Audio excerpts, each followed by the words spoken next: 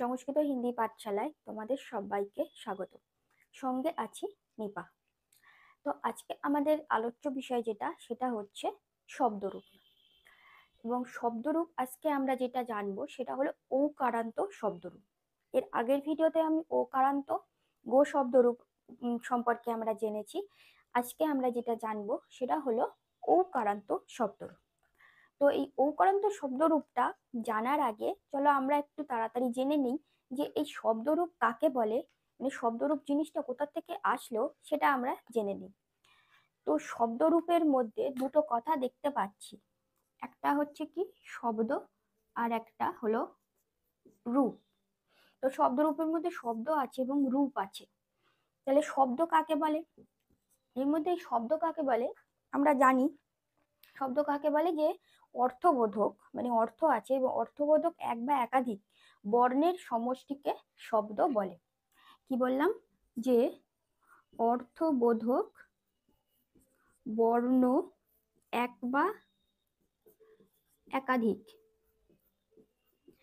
বর্ণের সমষ্টিকে এই শব্দ বলা হয়।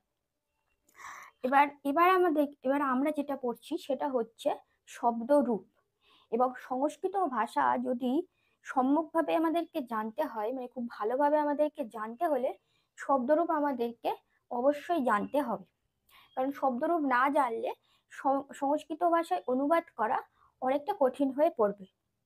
তো শব্দ আমরা জানলাম যে অর্থবোধক এক বা একাধিক বিভিন্ন বর্ণের সমষ্টিকে শব্দ বলে। এবারে আমরা জেনে নেই যে শব্দরূপ কাকে বলে।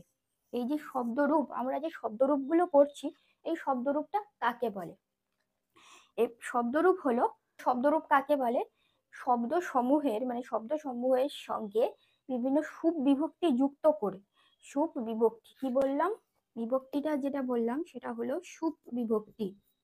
এই সুপ বিভক্তি যুক্ত করে ভিন্ন ভিন্ন অর্থের প্রয়োজনে বিভক্তি বচন আর লিঙ্গ ভেদে রূপের যে পরিবর্তন হয় তাকে শব্দরূপ বলে।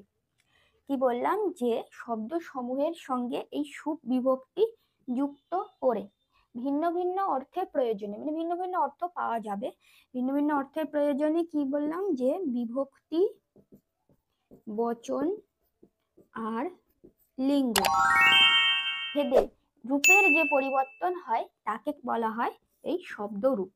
এবার দেখো, আমরা শব্দরূপ পড়েছি যখন, তখন যে ছকটা আমরা দেখেছি, একদিকে থাকে কি বিভক্তি থাকে প্রথমা থেকে এই সপ্তমী অবধি, ওপরের লাইনে থাকে বচন, এক বচন, দ্বিবচন, বহু বচন। সেই জন্য বলছে বিভক্তি বচন আর লিঙ্গ ভেদে যে রূপের পরিবর্তন সেটাকেই বলা হয় শব্দ রূপ।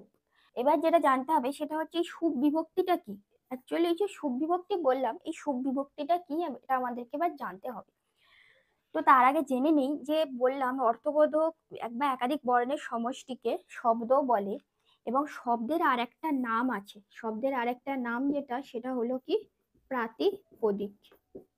শব্দের আর একটা যেটা নাম সেটা হচ্ছে প্রাতিপদিক। তাহলে যেমন নর, মুনি, নদী, এগুলোকে যেমন আমরা শব্দ বলি, আবার এগুলোকে আবার কি বলবো? প্রাতিপদিক। কারণ শব্দের যেহেতু আর একটা নাম হলো প্রাতিপদিক, সেই জন্য এগুলোকে যেমন শব্দও বলতে পারবো, সেরকম এগুলো হলো প্রাতিপদিক।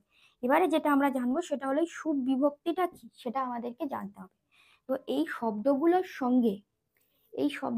সঙ্গে যখন বিভক্তি যুক্ত করে, এই শব্দগুলোর সাথে যে সকল বিভক্তি যুক্ত করে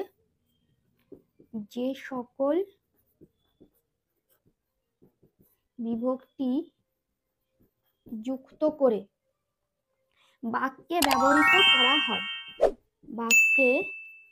ব্যবহৃত হয় সেই বিভক্তিকে, যে বললাম যে সকল বিভক্তি যুক্ত করে বাক্যে ব্যবহৃত করি, সেই সকল বিভক্তিকে কি বলা হয়? সুপ বিভক্তি। এবারে বললাম যে এই শব্দগুলোর সাথে যে সকল বিভক্তি যুক্ত করে, তো এই শব্দগুলো বেশিরভাগই আমরা জানি এগুলো বিশেষ্য শব্দ। তাহলে কি কি হবে? বিশেষ্য, বিশেষণ আর সর্বনাম। এই রকম যে শব্দগুলো আছে, কোনোটা বিশেষ্য থাকবে, কোনোটা বিশেষণ বোঝাবে, সর্বনাম, মানে সবই থাকে শব্দরূপের মধ্যে। তো এই শব্দগুলোর সঙ্গে যখন যে সকল বিভক্তি আমরা যুক্ত করে বাক্যে ব্যবহৃত করব, সেই সকল বিভক্তিকে তাহলে বলা হয় সুপ বিভক্তি। এবার আমরা যখন শব্দরূপ পড়েছি যে নর, নরৌ, নরা, প্রত্যেকটার পিছনে দেখেছি নরতে কি আছে, প্রথমে বিসর্গ, তারপরে কি হচ্ছে ঔকার নরৌ, তারপরে কি হচ্ছে আ বিসর্গ নরা, নর, নরৌ, নরা। এই যে প্রত্যেকটার সাথে যুক্ত করলাম বিসর্গ, ঔকার, তারপরে আকার দিয়ে বিসর্গ, এগুলোই হচ্ছে অ্যাকচুয়ালি সব সুপ বিভক্তি। কারণ সুপ বিভক্তির একটা ছক আছে, শব্দরূপ আমরা যেটা করি ওটা টোটালটাই হলো সুপ বিভক্তির ছক।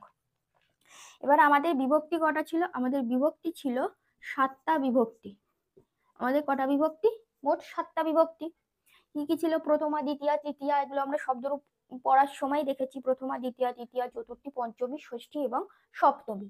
তো 7টা বিভক্তি আছে। আর বচন কটা আছে? বচন আছে আমাদের 3টে।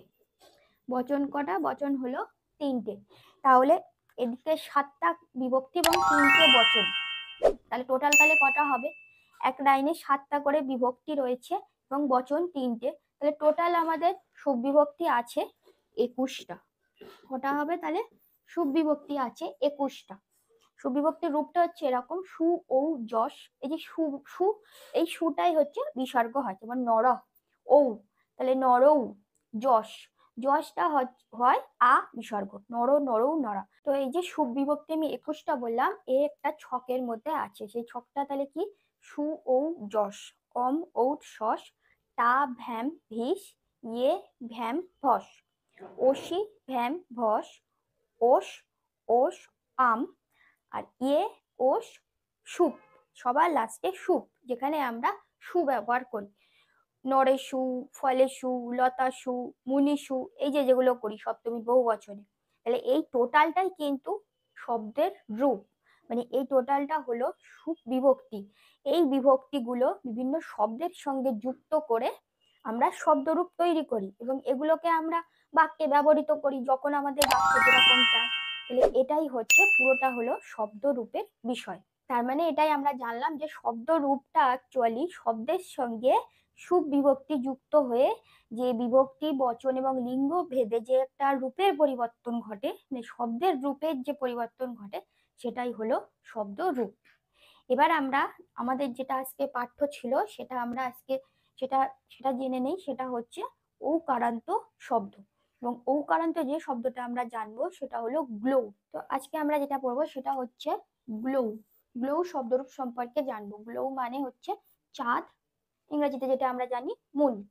গ্লো তার মানে দেখতে পাচ্ছি লাস্টে কি আছে? ও। তাহলে এই গ্লোটা কি? এই গ্লোটা হচ্ছে ঔকারান্ত পুংলিঙ্গ শব্দ। কি বললাম? গ্লোটা হলো ঔকারান্ত পুংলিঙ্গ শব্দ। এবং এই গ্লো শব্দটা আমাদের যখন জানা হয়ে যাবে, এইবার সমস্ত যত পুংলিঙ্গ, সমস্ত পুংলিঙ্গ ঔকারান্ত হতে হবে কিন্তু, যেহেতু এটা গ্লোটা ঔকারান্ত, তাহলে সমস্ত পুংলিঙ্গ ঔকারান্ত যত শব্দ আছে, মানে ঔকারান্ত শব্দগুলো সব হবে এই গ্লো শব্দের মতো। তাহলে আমাদের ঔকারান্ত এই গ্লো শব্দটা যদি আমরা মুখস্থ করে ফেলতে পারি, শব্দ রূপটা বুঝে বুঝে পড়ে নিতে পারি মানে শুদ্ধ, তাহলে কিন্তু আরো যত ঔকারান্ত শব্দ আছে সেগুলো সবই এই শব্দ রূপের মতো হয়ে যাবে। তাহলে একটা শব্দ রূপে আমাদেরকে খুব ভালোভাবে জানতে হবে, সেটা হচ্ছে কি? ঔকারান্ত গ্লো শব্দ রূপ। তো আগে আমরা শব্দরূপটা লিখে নেব, তারপরে প্রত্যেকটা বিভক্তি অনুযায়ী আমরা তার মানেটা বুঝে নেব। তো গ্লো শব্দরূপটা প্রথমে হচ্ছে গ্লো, গ্লাবো, গ্লাব। দ্বিতীয় আর এক বচনে হবে গ্লাবম, গ্লাবৌ, গ্লাব, গ্লাবা, গ্লোভ্যাম, গ্লোভি, গ্লাবে, গ্লোভ্যাম, গ্লোভ, গ্লাব, গ্লোভ্যাম, গ্লোভ, গ্লাব, গ্লাবো, গ্লাবাম, গ্লাবি, গ্লাবো, গ্লৌসু। আর লাস্ট সম্বোধনে সেম, গ্লৌ, গ্লাবো, গ্লাব। তাহলে এটাই হচ্ছে গ্লো শব্দ রূপ। কি কি হলো?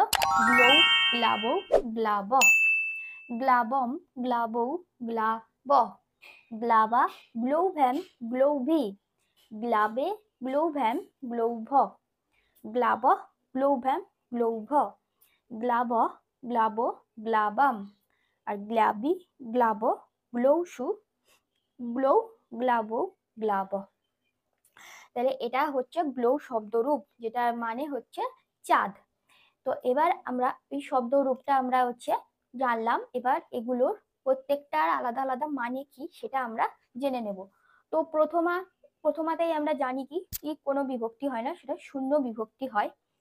দ্বিতীয়ায় হয় কে, কি বা কাকে, এই বিভক্তিটা হয়। কারণ কি বা কাকে দিয়ে প্রশ্ন করলে আমরা যে উত্তর পাই সেটাই কর্মকারক, এবং কর্মকারককে দ্বিতীয় বিভক্তি হয়। তার মানে কি বা কাকে থাকবে। তৃতীয়া দ্বারা, দ্বারা দিয়া, কর্তৃক। চতুর্থীতে যে বিভক্তি সেটা কি জন্য নিমিত্ত। পঞ্চমীতে হইতে, থেকে, চেয়ে। ষষ্ঠীতে র কিংবা এর। সপ্তমীতে তে অন্তস্থ, মধ্যে। আর সম্বোধন, সম্বোধন করা হে ও হে, এগুলো হচ্ছে বিভক্তি। এবং এবার এগুলো দিয়ে আমরা এর মানেটা তৈরি করব। তো গ্লো এক বচনে, প্রথম আর এক বচনে যে আছে গ্লো আছে, এর মানে চাঁদ। যেহেতু এক বচনে মানে একজনকে বোঝাচ্ছে, তো এখানে চাঁদ বলছি আমরা যেহেতু, সেই জন্য একটি চাঁদ বা চাঁদ। দ্বিবচনে তাহলে গ্লাবোটা কি হবে? দুটি চাঁদ। এবং গ্লাবোটা কি হবে? চাঁদ গুলি। নেক্সট আমাদের আসছে দ্বিতীয়া। দ্বিতীয়ায় বললাম কি বা কাকে, তাহলে কি হবে? গ্লাবমটা কি হবে? একটি চাঁদকে বা চাঁদকে। চাঁদকে বললেই আমরা সেই একটিকেই বোঝাই, কারণ আমরা এর আগে কখনো দুটি বা গুলি কিছু যোগ করিনি বলে শুধু চাঁদ বললেই আমাদেরকে হবে। চাঁদকে, গ্লাব হবে দুটি চাঁদকে, আর গ্লাব হবে চাঁদগুলিকে। তৃতীয়া এবার গ্লাবা কি হবে? চাঁদের দ্বারা। একটি বলা দরকার, চাঁদের দ্বারা। গ্লোভ্যাম হবে কি? দুটি চাঁদের দ্বারা। গ্লোভি হবে চাঁদগুলির দ্বারা। গ্লাবে কি হবে চতুর্থীতে? চাঁদের জন্য। গ্লোভ্যাম হবে দুটি চাঁদের জন্য। গ্লোভ হবে চাঁদগুলির জন্য। পঞ্চমীতে গ্লাব কি হবে? চাঁদগুলি হইতে, সরি চাঁদ হইতে, চাঁদ হতে, চাঁদ থেকে, চাঁদ হইতে, চাঁদ থেকে। গ্লোভ্যাম হবে দুটি চাঁদ থেকে বা হতে। গ্লোভ হবে চাঁদগুলি হইতে বা থেকে। নেক্সট আসছে ষষ্ঠী। ষষ্ঠীতে আমরা র বা এর যুক্ত হয়, তাহলে চাঁদের, চাঁদের। গ্লাব কি হবে? দুটি চাঁদের। আর গ্লাবাম কি হবে? চাঁদগুলির। সপ্তমীতে আমরা তে অন্তস্থিয়ার মধ্যে থাকি, তাহলে গ্লাবি কি হবে? একটি চাঁদেতে বা চাঁদের মধ্যে, চাঁদেতে বা চাঁদের মধ্যে। গ্লাব কি হবে? চাঁদ দুটির মধ্যে। আর গ্লৌসু কি হবে? চাঁদগুলির মধ্যে। সম্বোধন, সম্বোধন করা হে বা ওহে দিয়ে। গ্লৌ কি হবে? হে চাঁদ। গ্লাবও কি হবে? হে দুটি চাঁদ। আর গ্লাবাহ কি হবে? হে চাঁদগুলি। তো এটাই হচ্ছে গ্লো শব্দের শব্দরূপটা এবং তার বাংলা মানে। তো এই বাংলা মানেটা আমরা যখন জেনে নিলাম, তখন আমাদের যাই দিক না কেন, চাঁদ দিয়ে যখনই আমাদের কোনো বাক্যে সংস্কৃত অনুবাদ করতে দেবে, যে মা শিশুকে চাঁদ দেখাচ্ছে, আমি চাঁদ দেখি, চাঁদ থেকে আলো আসছে, এই বিভিন্ন ধরনের চাঁদ দিয়ে যত আমাদেরকে সংস্কৃত অনুবাদ করতে দেবে, আমরা জাস্ট এই শব্দরূপটা যখন জেনে গিয়েছি আমাদের ওই শব্দ সংস্কৃত অনুবাদগুলো করা কোনো অসুবিধাই আর হবে না। তো আজকে আমরা যেটা জানলাম সেটা হলো গ্লোউ শব্দরূপটা জানলাম, যার মানে হলো চাঁদ। এটা হচ্ছে ঔকারান্ত স্বরান্ত পুংলিঙ্গ শব্দ। ঔকারান্ত স্বরান্ত, যেহেতু এগুলো স্বরবর্ণ অ থেকে ও পর্যন্ত এগুলো সবই স্বরবর্ণ, সেজন্য এগুলোকে বলা হয় স্বরান্ত। এগুলো স্বরান্ত পুংলিঙ্গ শব্দ। এরকম যত পুংলিঙ্গ শব্দ আছে ঔকারান্ত, কিন্তু সেগুলো হবে সবই এই গ্লোউ শব্দের মতো। তো পরের ভিডিওতে আমরা আরেকটা অন্য কোনো কারান্ত বা স্বরান্ত হোক বা ব্যঞ্জনান্ত এই সব শব্দরূপ নিয়ে আলোচনা করব। তো ভিডিওটা কেমন লাগলো অবশ্যই কমেন্ট বক্সে জানিও। যদি ভালো লেগে থাকে তাহলে লাইক, কমেন্ট এবং পারলে শেয়ার করে দিও।